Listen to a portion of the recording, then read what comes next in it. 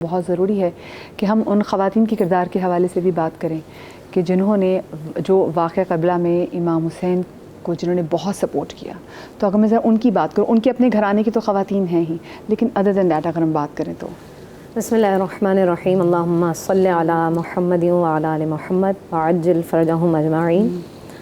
اللہ کا بڑا شکر اور احسان کہ پروردگار نے ہمیں ان نفوس قدسیہ کا ذکر کرنے کی توفیق اور سعادت بخشی بے شک کہ جن کا ذکر کرنا بھی عبادت ہے اور ان کے ذکر میں جمع ہونا بھی عبادت ہے، جن سے محبت کرنا بھی جن سے محبت کرنا بھی عبادت ہے. نبی آخر الزمان صلی اللہ علیہ وآلہ وسلم کی ایک حدیث، اس کا سہارا لیتے ہوئے میں گفتگو کا آگے بڑھاؤں گی. نبی اکرم صلی اللہ علیہ وآلہ وسلم نے ارشاد فرمایا، تمہارے درمیان دو چیزیں چھوڑ جاتا ہوں، اگر تم نے اس کی پیروی کی تو تم ہدایت پا جاؤ گے. پہلی چیز ہے قرآن اور دوسری عطرت رسول اکرم صلی اللہ علیہ وآلہ وسلم کی. اور اگر ہم عطرت رسول صلی اللہ علیہ وآلہ وسلم کی بات کریں تو جناب خدیجہ سے جو سلسلہ چلا، پھر فاطمہ الزہرا سلام اللہ علیہا، اور پھر جناب فاطمہ کی اگر ہم بات کریں تو یہ ابیہ ہے، اور جناب زینب کی بات کریں تو یہ زینب ہے، باپ کی زینت ہے.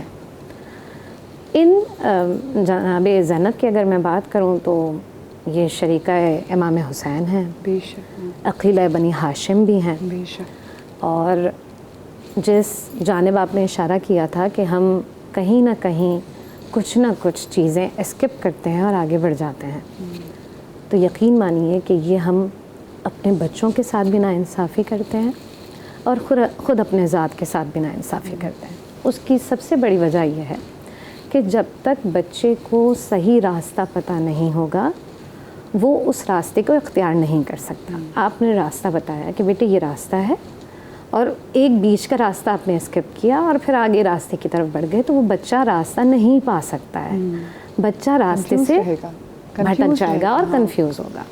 تو ماؤں کی ذمہ داری ہے، کیونکہ یہ ذمہ داری جناب زینب نے اٹھائی تھی.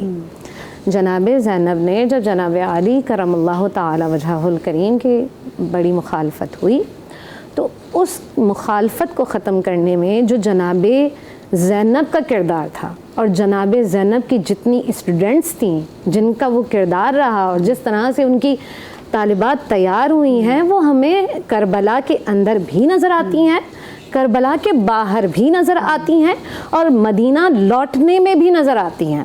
ٹھیک ہے، تو اگر ہم جناب زینب کی بات کریں اور پھر ہم بات کرتے ہیں حبیب ابن مظاہر کی زوجہ کی. مجھے اگر پتہ ہو کہ میرے خاوند نے کسی جگہ جا کر شہید ہی ہو جانا ہے یا ختم ہو جانا ہے، قافلہ اتنا مضبوط نہیں ہے، تو میں کہوں گی کیوں جا رہے ہیں آپ، مجھے چھوڑ کے کیوں جا رہے ہیں. جناب ہاجرہ نے بھی سوال کیا تھا جب ابراہیم علیہ السلام واپس لوٹ رہے تھے تو پوچھا کہ کیا یہ اللہ کا حکم ہے، آپ مجھے چھوڑے جا رہے ہیں. لیکن حبیب ابن مظاہر کی بیگم نے انہیں کہا کہ آپ جائیے. اور میں کہتی ہوں سلام ہو حبیب ابن مظاہر پر کہ ایک دوست ہو حبیب ابن مظاہر جیسا. تو انہوں نے دوستی کو نبھایا. تو یہاں پر اگر ہم دیکھیں تو حبیب ابن مظاہر کی جو زوجہ تھی نا، ان کا بڑا کردار تھا، حبیب سپورٹ سسٹم تھا ان کا پیچھے. اور آپ کو پتہ ہے کہ میں پڑھ رہی تھی جب حبیب ابن مظاہر پہنچے ہیں تو جناب زینب نے انہیں سلام کہلوایا، سلام بھجوایا. تو حبیب ابن مظاہر زار رونے لگے کہ حبیب کی کیا اوقات کہ کائنات کی سب سے عظیم بیٹی کی شہزادی مجھے سلام بھیج رہی ہیں. ٹھیک ہے، تو یہ کردار دراصل، اور پھر میں انہی کردار میں اگر میں جناب سکینہ کے بارے میں ابھی میں سوچ رہی تھی اور جناب سکینہ کی ایج کو میں ذرا تھوڑا سا دیکھوں تو آپ 4 سال کی ہیں. 4 سال کا بچہ کتنا سا ہوتا ہے مدیہ، چھوٹا سا ہوتا ہے. لیکن آپ دیکھیں کہ 4 سال کے ہونے کے باوجود ان کی تربیت کتنی پکی کی گئی ہوگی. اور اسی لیے تو فرمایا نا کہ جس گھر میں سکینہ اور شہربانو ہو، امام علی مقام نے کہا اس گھر سے میں محبت کرتا ہوں. گھر آپ کا دل بھی ہو سکتا ہے. اگر شہربانو اور سکینہ کی محبت ہے تو امام آپ سے محبت کریں گے, لیکن شرط یہ ہے کہ کیا آپ نے جناب سکینہ اور جناب شہربانو کی قربانیوں کو دیکھا. رات ہے اور ہم اگر بات کریں اس رات کی جس رات میں ہر خاتون جو ہے وہ ایک تربیت کر رہی ہیں, زینب اور محمد کو سامنے بٹھا کر کل مجھے رسوا نہ کر دینا, فروا ہیں, بیوہ امام حسن ہے, ٹھیک ہے, جناب قاسم کو تیار کر رہی ہیں. تو ہم دیکھیں گے یہ تیاری یہاں سے نہیں ہے, یہ تیاری جب مدینہ سے چلے ہیں تب سے ہے. اور یہ تیاری ہم نے کیسی دیکھی کہ سکینہ کو پتہ ہے کہ جب پانی آئے گا تو سب سے پہلے سب سے چھوٹے کو ملے گا. صبر, ہاں ٹھیک ہے. اور آپ دیکھیں انہوں نے کیسا صبر کیا. مجھے بتائیں کبھی آپ نے ایسا دیکھا کہ میں یہ سمجھتی ہوں کہ وقت کے ساتھ ساتھ انسان تھوڑا سا کمزور ہو جاتا ہے نا, تو پھر اس کے اوپر بے ہوشی طاری ہوتی ہے. چھوٹا بچہ بے ہوش نہیں ہوتا ہے مدیہ. آپ سوچیں کہ کتنے ہی تماچے پڑے ہوں گے نا جناب سکینہ کو کہ وہ بے ہوش ہو گئی. اور پھر آپ دیکھیں کہ جب ہوش میں آئی اور پانی ملا تو انہوں نے سب سے پہلے کہا کہ جب بھاگی اور آگے گئی تو سب نے پوچھا نا ان سے کہ آپ کہاں جا رہی ہیں, تو انہوں نے کہا کہ آپ نے کہا کہ پھوپھی میں سب سے چھوٹی ہوں تو میں اس کو پلانے جا رہی ہوں جو سب سے چھوٹا ہے. یہ تو میں سمجھتی ہوں کہ آج اگر ہم ان پہ روتے ہیں تو یہ روئی تو جو ازواج امہاتہم, نبی کی بیویاں امت کی مائیں ہیں. اور جب وہ شیشی جناب سلمہ نے دیکھی تو اتنا گریہ فرمایا آپ نے, جب وہ سرخ ہو گئی, صحیح حدیث میں موجود ہے کہ وہ اتنا گریہ فرمایا کہ مدینے کی خواتین جمع ہو گئیں اور انہوں نے کہا کہ آج امام کو شہید کر دیا گیا ہے. تو میں یہ سمجھتی ہوں کہ کچھ پہ اسکپ کرنے کی ضرورت نہیں ہے. قرآن یہ کہتا ہے کہ بتا دو, تم غور کیوں نہیں کرتے ہو, تم فکر کیوں نہیں کرتے ہو, کیوں نہیں سمجھتے ہو. جب تک آپ صحیح سے واقعے کو نہیں سمجھیں گے آپ کو کچھ سمجھ میں نہیں آ سکتا. اب جیسے خواتین کے علامہ صاحب جو کردار کے حوالے سے بات کریں, اور جو 72 شہداء ہیں کربلا کے, یہ وہ تمام تر لوگ نہیں جو ان کے ساتھ مدینے سے چلے تھے, اس میں اس قافلے میں لوگ ایڈ بھی ہوئے تھے, دیکھیں کچھ تو ساتھ چلے تھے. تو میں چاہتی ہوں ذرا ان اصحاب کے حوالے سے بھی بتائیں. بہت خوبصورت نقطے کی طرح آپ نے اشارہ کیا ہے. میں پہلے سہارا لوں گا قرآن کریم کی ایک آیت کا. ارشاد ہوتا ہے کہ قُلْ لَا أَسْأَلُكُمْ عَلَيْهِ أَجْرًا إِلَّا الْمَوَدَّةَ فِي الْقُرْبَى. اے رسول آپ ان سے کسی چیز کا سوال نہیں کیجیے اور کچھ نہیں مانگیے. آپ کو کسی چیز کی حاجت نہیں ہے, سب ہم نے عطا کر دیا ہے, کچھ مانگنے کی ضرورت بھی نہیں ہے. اور مزے کی بات یہ ہے کہ جو چیز ابھی مانگنے بھی والے ہیں اس چیز کے بارے میں قرآن کریم نے دوسرے انبیاء کے بارے میں ذکر کیا ہے کہ آپ کو ان سے بھی وہ چیز لینے کی ضرورت نہیں ہے. لیکن چونکہ رسول کا دین قیامت تک باقی رہنا تھا, لہٰذا کوئی سلسلہ اور ٹریک بھی بتانا تھا کہ میرے چلے جانے کے بعد کن سے محبت کرنی ہے تو میرے ٹریک پر باقی رہو گے. اس لیے فرمایا, خدا نے حکم دیا کہ ان سے کسی چیز کا سوال نہیں کیجیے سوائے اس چیز کے کہ الا المودۃ فی القربہ, کہ قربہ سے مودت اختیار کریں. اور مودت کا مطلب یہ کہ جو صرف زبانی اور دل سے محبت نہیں ہے بلکہ عمل سے بھی محبت ہے. اس لیے رسول خدا نے ایک مقام پر بھی فرمایا کہ یا علی مثلک فی امتی کمثل قل هو اللہ احد فی القرآن. اے علی آپ کی امت میں مثال ایسی ہے جیسے قرآن میں سورہ توحید کی مثال ہے.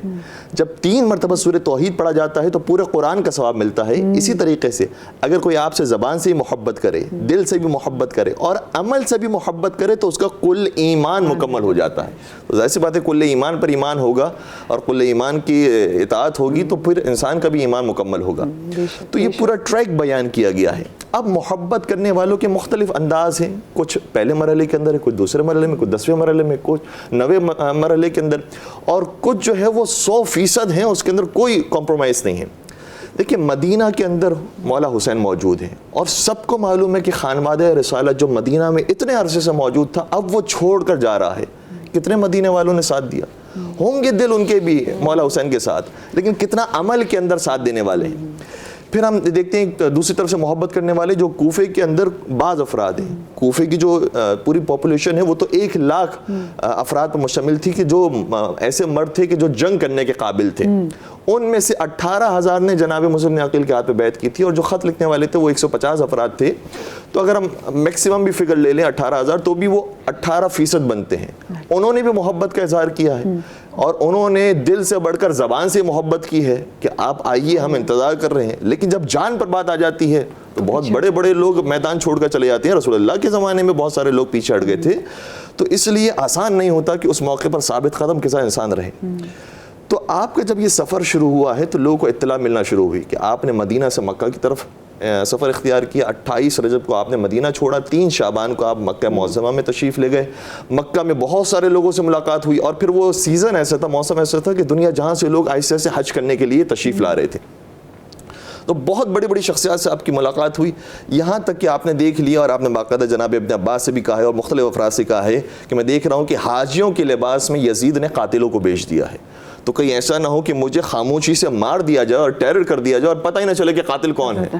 تو میں چاہتا ہوں کہ یہاں سے میں خروج کروں اور باہر نکلوں. تو 7 ذی الحجہ کو حضرت امام حسین نے بھی خطبہ دیا, اور حضرت عباس نے بھی خطبہ دیا ہے بام کعبہ پر چڑھ کر کہ تم پہچانو کس کو چھوڑ رہے ہو تم. یہ وہ ہے کہ جس کے بابا کی ولادت اسی کعبے میں ہوئی تھی, اور یہ وہ ہے کہ جس کا تم طواف کر رہے ہو. اگر اس کعبے کو اجازت ملتی کہ اس کے اندر بھی روح آ جاتی تو یہ کعبہ اٹھ کر خود حسین کا طواف کرتا. تم اس کو دیکھ رہے ہو اور اس کو چھوڑ رہے ہو. تو حضرت عباس سے پورا خطبہ بیان کیا. اس کے بعد 8 ذی الحجہ کو امام حسین السلام مکہ سے باہر نکلتے ہیں. 9 ذی الحجہ کو حضرت مسلم عقیل کو شہید کیا گیا ہے, جو حج کو دیکھیں عمرے میں کنورٹ کیا. دیکھیں اب آہستہ آہستہ جیسے جیسے آپ کی سواری آگے بڑھ رہی ہے اور آپ کربلا کی طرف جا رہے ہیں, تو اب بھی مختلف لوگوں سے ملاقاتیں ہیں. مثال کے طور پر جناب عبداللہ بن عمر وہ آئے مولا حسین کی خدمت میں, کہنے لگے کہ اے نواز رسول کہاں جا رہے؟ کہا کہ میں کربلا کی طرف جا رہا ہوں. کہا نہ جائیے گا, کیونکہ ہمیں معلوم ہے کہ کربلا میں آپ کو شہید کر دیا جائے گا. کہا جس چیز کا تمہیں علم ہے اس کا مجھے علم نہیں ہے, مجھے بھی معلوم ہے, مجھے بھی شہید کر دیا جائے گا. تو کہا کہ بس اگر آپ جا رہے ہیں اور شہادت کے لیے جا رہے ہیں تو مجھے ان مقامات کو چومنے دیجئے جن مقامات کو رسول اللہ چوما کرتے تھے. گلے مبارک کا بوسہ لیا ہوگا. اس کے بعد کہا کہ اے حسین بہت شکریہ آپ کا, اور میں آپ کو یہاں سے الوداع کہوں گا. تو یہ بھی ایک محبت ہے, لیکن جو اطاعت اور جو غازی عباس کے جو حبیب ابن مظاہر کی محبت ہے وہ اور ہے. پھر اسی طریقے سے ایک اور ملاقات ہوتی ہے مولا کی عبید اللہ ابن حور جعفی کے ساتھ. جب ان کو بتایا گیا یہ بڑی مقدس شخصیت تھی اس زمانے کی, تو کہا گیا کہ تم چلو ہمارے ساتھ اس سفر میں ہمارے ساتھ شریک ہو جاؤ. تو کہا کہ میں دیکھ رہا ہوں کہ آپ کو شہید کر دیا جائے گا, ظاہری طور پر آپ کو کامیابی نہیں ملے گی. تو کہا کہ لیکن ہم تمہیں دعوت دے رہے ہیں, ہمارے ساتھ آگے بڑھو. تو کہا کہ میں تو نہیں جا سکوں گا, لیکن میرے پاس یہ سواری موجود ہے, یہ بہترین سواری ہے. جب میں نے اسے دشمن کی طرف حملہ کرنے کی کوشش کی تو دشمن کو پا لیا, اور جب دشمن نے میرا مقابلہ کرنے کی کوشش کی تو میں وہاں سے آسانی سے فرار کر گیا. اتنی تیز سواری ہے یہ, اور میرے پاس شمشیر بھی موجود ہے, یہ دونوں آپ کی خدمت میں ہدیہ کرتا ہوں. تو امام نے فرمایا کہ اگر تو اپنی جان ہمارے اوپر خرچ نہیں کر سکتا تو فلا حاجت لنا من مالک, تو ہمیں تیرے مال کی کوئی حاجت نہیں ہے. اب یہاں پر کیا ہے, یہ ایک مرحلہ اور آگے ہے کہ کہہ رہا ہے کہ میں محبت کرتا ہوں, میں آپ کی خدمت میں ہدیہ دینے کے لیے تیار ہوں, مال لٹانے کے لیے تیار ہوں, لیکن جان نہیں دے سکتا. پھر آگے بڑھتے ہیں, ایک اور شخص جس سے ملاقات ہوتی ہے ان کا نام ہے جناب زہیرقین. اچھا یہ کون تھے؟ یہ آئے تھے مکہ معظمہ میں حج کرنے کے لیے اور اپنے خانوادے کے ساتھ, اور جو ابھی بھی ذکر کیا گیا خواتین کا, تو ان کی بھی زوجہ ان کے ساتھ موجود تھی جن کا نام تھا دلہم. جب انہوں نے حج کیا, جو حج مولا حسین نے نہیں کیا وہ حج انہوں نے انجام دیا, اور اس کے بعد یہ کوفہ کی طرف جا رہے ہیں, اور امام حسین کا کاروان بھی اسی طرف ہے. یہ چونکہ چھوٹے سے مختصر سے کاروان کے ساتھ تھے اس لیے جلدی جلدی آگے بڑھ رہے تھے, اور انہیں پتہ چل گیا کہ آگے امام حسین کا کاروان جا رہا ہے, پیچھے ہمارا ہے. لیکن چونکہ یہ امام حسین سے اتنا زیادہ واقف نہیں تھے اس لیے نہیں چاہتے تھے کہ حسین کا جہاں پر خیمہ لگا ہو وہاں پر ان کا خیمہ لگے, اور دور دور رہنا چاہتے تھے. اس لیے جہاں پر پتہ چلتا تھا کہ خیمہ لگ چکا ہے امام حسین کا تو یہ وہاں سے آگے بڑھ جاتے تھے, اور جہاں پتہ چلتا تھا کہ امام حسین سفر میں ہیں تو یہ وہیں پر خیمہ لگا کے رک جاتے تھے, دور دور رہتے تھے. لیکن ایک ایسی منزل آ گئی جہاں پر امام حسین کا بھی خیمہ لگا ہوا تھا, اور یہ بھی مجبور ہوا کہ حالات ایسے نہیں کہ آگے ابھی بڑھا جا سکے, تو وہیں پر خیمہ لگایا. امام کو جیسے اطلاع ملی, امام نے اپنے طرف سے قاصد بھیجا جناب حجاج بن مسروق کو, کہا کہ زہیرقین سے کہو کہ حسین ابن علی نے یاد کیا. جناب زہیر کے پاس جب وہ قاصد امام حسین آیا تو جناب زہیر نے کہا کہ ان سے کہو کہ معذرت چاہتے ہیں, ابھی ہم اس حالات کے اندر نہیں کہ آپ سے ملاقات کریں.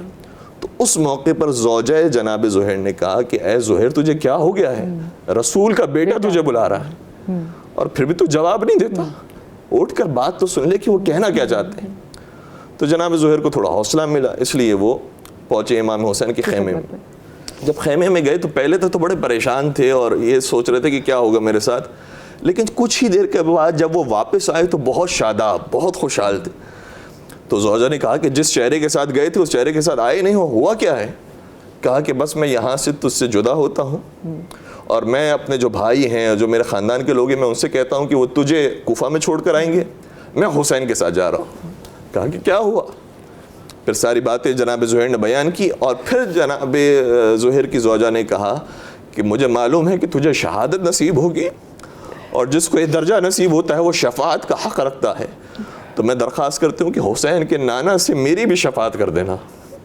یہ کہنے کے بعد جدا کیا, اور زہیر قین اب ساتھ ساتھ ایسے ہو گئے کہ کربلا تک پھر ساتھ نہیں چھوڑا. اور کربلا میں جہاں امام حسین نے خطبات دیے ہیں, جناب عباس نے خطبے دیے ہیں, جناب حبیب نے خطبے دیے ہیں, وہیں زہیر قین کا نام بھی ہے کہ انہوں نے بھی خطبے دیے ہیں کہ اے کوفے والوں, تمہیں کیا ہو گیا ہے؟ حسین کو دعوت دے کر بلاتے بھی اور قتل بھی کرتے ہو.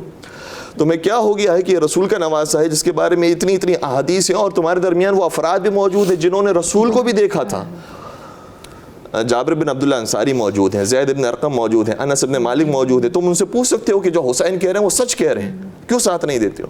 تو زہیر پھر ایسی محبت نبھانے والے ہیں, جبکہ شروع سے شریک نہیں تھے, لیکن جہاں انہیں حسین کا پتہ چل گیا کہ یہ یہاں پر اطاعت واجب ہے اور امام کی نصرت کرنا ضروری ہے, اس لیے انہوں نے پھر صرف مال خرچ کرنے کی بات نہیں کی, صرف ہدیے دے کر فارغ ہو جانے والی بات نہیں کی.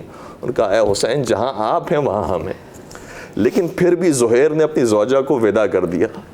کچھ ایسے تھے جو زوجہ کے ساتھ آئے, کچھ ایسے تھے کہ جس طرح سے حسین اپنی زوجہ کے ساتھ ہیں, حسین اپنی بیوی بچوں کے ساتھ ہیں اور اپنی بہنوں کے ساتھ ہیں, اسی طریقے سے وہ بھی اپنی زوجہ اپنے بچوں کے ساتھ موجود ہے, اور اس میں نام ہے حضرت ابوالفضل عباس کا, اللہ اکبر, جس میں ان کی زوجہ بھی موجود ہے, ان کے بچے بھی موجود ہیں, بھائی ہیں, ان کے بھائی بھی موجود ہیں, وہ تو بھائی ہیں. اور پھر کربلا کے میدان میں حضرت عباس نے کہا کہ اے میرے بھائیو, پہلے تم جا کر قربانی دو, کیونکہ میں دیکھنا چاہتا ہوں کہ تمہاری قربانی حسین کے راستے پر ہوتی یا نہیں ہوتی.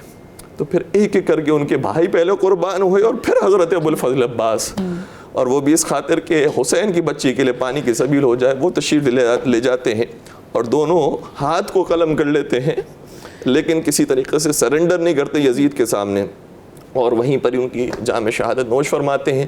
آج بھی اگر زائرین جائیں گے زیارت کرنے کے لیے تو شاید جو پہلی مرتبہ جائے گا جس کو پتہ نہیں کہ کربلا میں کیا ہوا ہے, وہ یہ سمجھے گا کہ شاید یہاں دو برابر کی ہستیاں ہیں, دو برابر کے لوگ موجود ہیں. اگر یہ امام ہے تو یہ بھی امام ہوگا, یہ اگر رسول کا بیٹا ہے تو یہ بھی رسول کے بیٹے ہوں گے, لیکن ایسا نہیں ہے. ایک امام حسین جو نواسہ رسول ہے ان کا روزہ ہے, اور دوسرے حضرت ابوالفضل عباس کا روزہ ہے کہ جنہوں نے اپنے ہر چیز کے ساتھ اپنی ہر چیز قربان کر دی, اور جو حقیقت میں غلام حسین تھے, غلام حسین بن کر بتایا, تو حسین نے انہیں اپنا اتنا بلند مقام دیا ہے کہ لوگوں کا انہیں بھی آقا بنا دیا. اور آج بھی عرب جب پتہ لکھتے ہیں تو جہاں پر امام حسین لکھا ہوتا ہے وہیں پہ لکھتے ہیں امام عباس, کیونکہ امام کا مطلب حاکم اور رہنما کا بھی ہوتا ہے. تو جس طرح سے حسین ہمارے رہنما اور آقا اور مولا ہیں, اسی طریقے سے حضرت عباس بھی ہمارے لیے رہنما ہیں, اور وفاداری کی سب سے اعلیٰ ترین مثال جو قائم کی ہے وہ حضرت ابوالفضل عباس نے قائم کی. اور وہ اس کی جو وفاداری کی تربیت ہے وہ جناب فاطمہ بنت قلابیہ, جن کو بی بی ام البنین کہتے ہیں, ان کے 4 بیٹے جنہوں نے پروان ہی امام حسین کی محبت میں, کیونکہ ان کو بھی علم تھا کہ کیا ہونا ہے. میں نوید بھائی ان کی ہستی کے حوالے سے آپ سے بات کروں گی. مجھے چھوٹی سی یہاں پہ بریک لینی, بریک کے بعد حاضر